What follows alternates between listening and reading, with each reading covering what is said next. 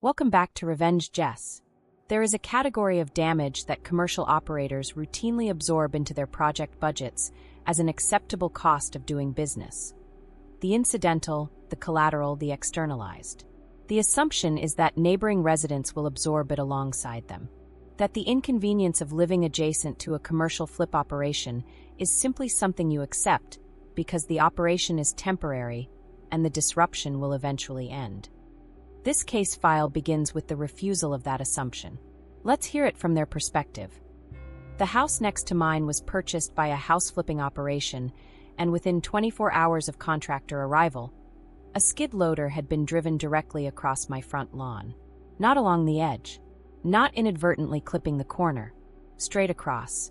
From the street, up the sidewalk, through the grass, to the point where they intended to position a portable toilet on the neighboring property. The tire tracks were not ambiguous.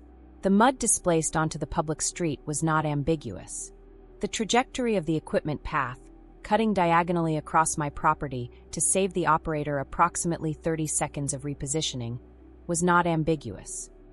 What had occurred was unauthorized commercial encroachment onto private residential property.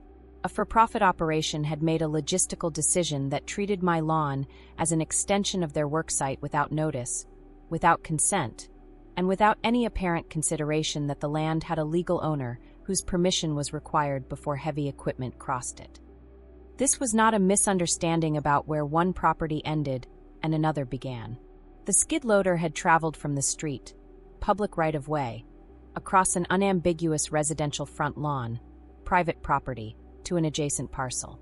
There is no reasonable interpretation of that path that does not include a knowing crossing of a property boundary. The contractor's response when confronted was to argue the point. Their employer's response, when I escalated by phone, was to argue the point further. The porta-potty company's response was identical.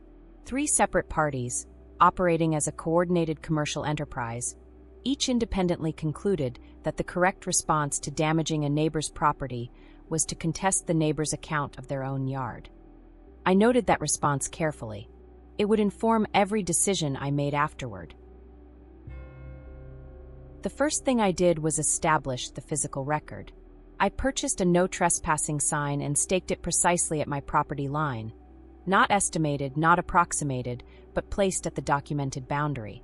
I then parked my vehicle at the point on the street directly in front of where the skid loader had been unloaded, eliminating that access point for any future equipment staging.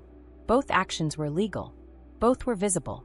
Both communicated, without requiring a conversation, that this property had an owner who was paying attention. Over the following weeks, I continued to document.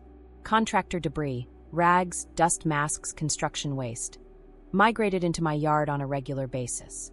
I noted the pattern. I also noted what I could overhear. Contractors discussing, within earshot, their opinion that my property line marker was incorrectly placed and that my sign was actually on their parcel. This was said with the confidence of people who had not verified it and had no intention of doing so. It was also said, I observed, in the tone of people who had decided that the situation was amusing rather than something requiring their professional attention. Several weeks into the standoff, I returned to my parked vehicle to find the windshield cracked across its full width. The crack has since propagated in multiple directions. I cannot prove causation. I am documenting the fact that a vehicle parked legally on a public street sustained significant glass damage during a period in which contractors had expressed hostility toward its presence and had been observed in its vicinity. That is the record. I will let the reader evaluate the probability. When the property eventually went to market and a realtor became involved, my no trespassing sign was removed from my property line. Not blown down, not displaced, removed cleanly while the property was being shown to prospective buyers. I contacted the realty company directly. I did not engage with the realtor's number when offered. I was precise about that, and I was honest about why.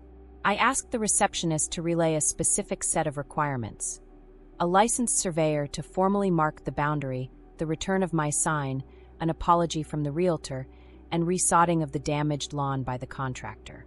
I then ended the call. The sign reappeared 2 days later, placed back on my property line while I was absent. No surveyor, no apology, No resodding. A unilateral partial compliance, executed quietly, that confirmed the sign had been taken deliberately and returned only under documented pressure.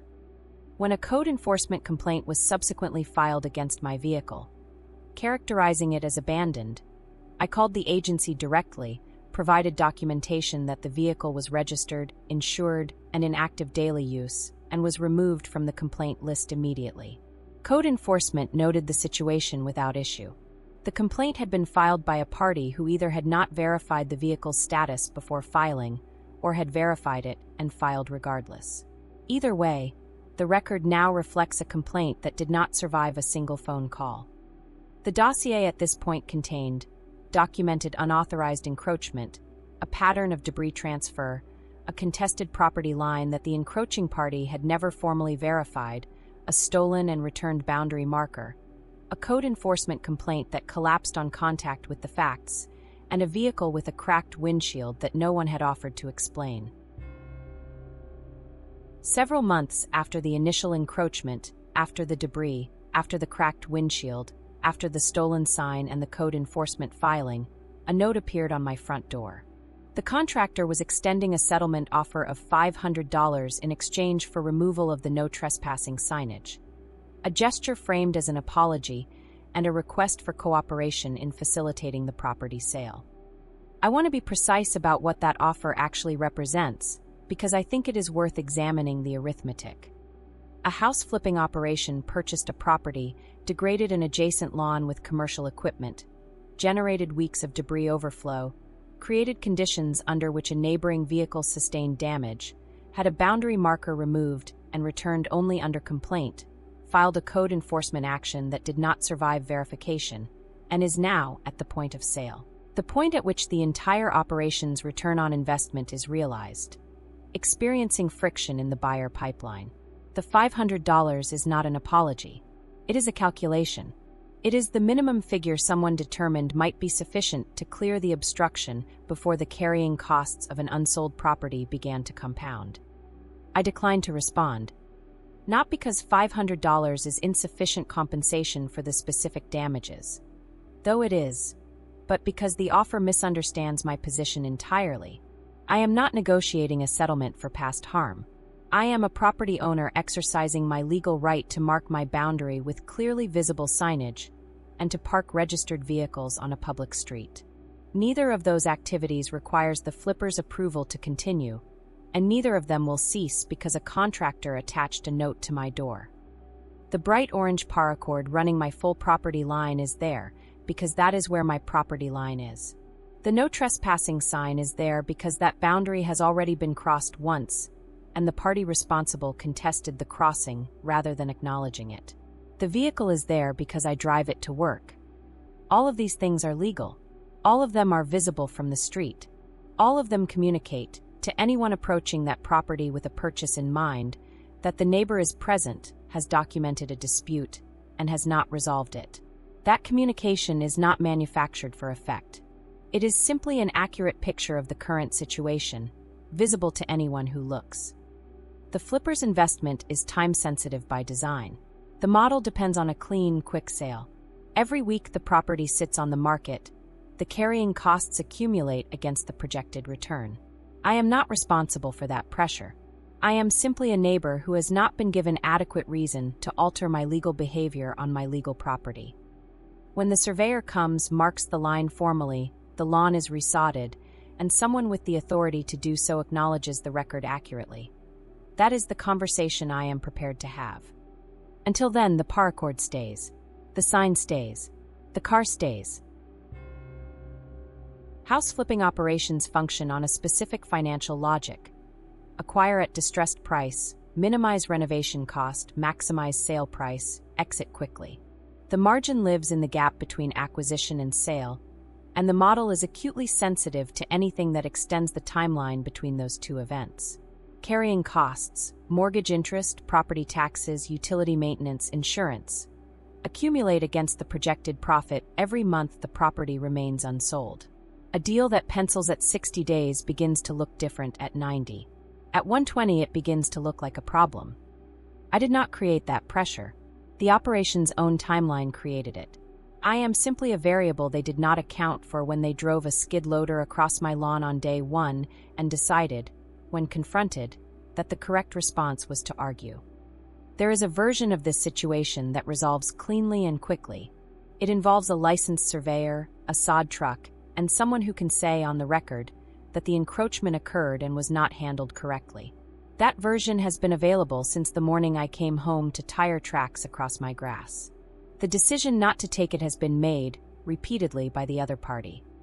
I want to be clear about what I am and am not doing. I am not running a campaign. I am not coordinating action against this property.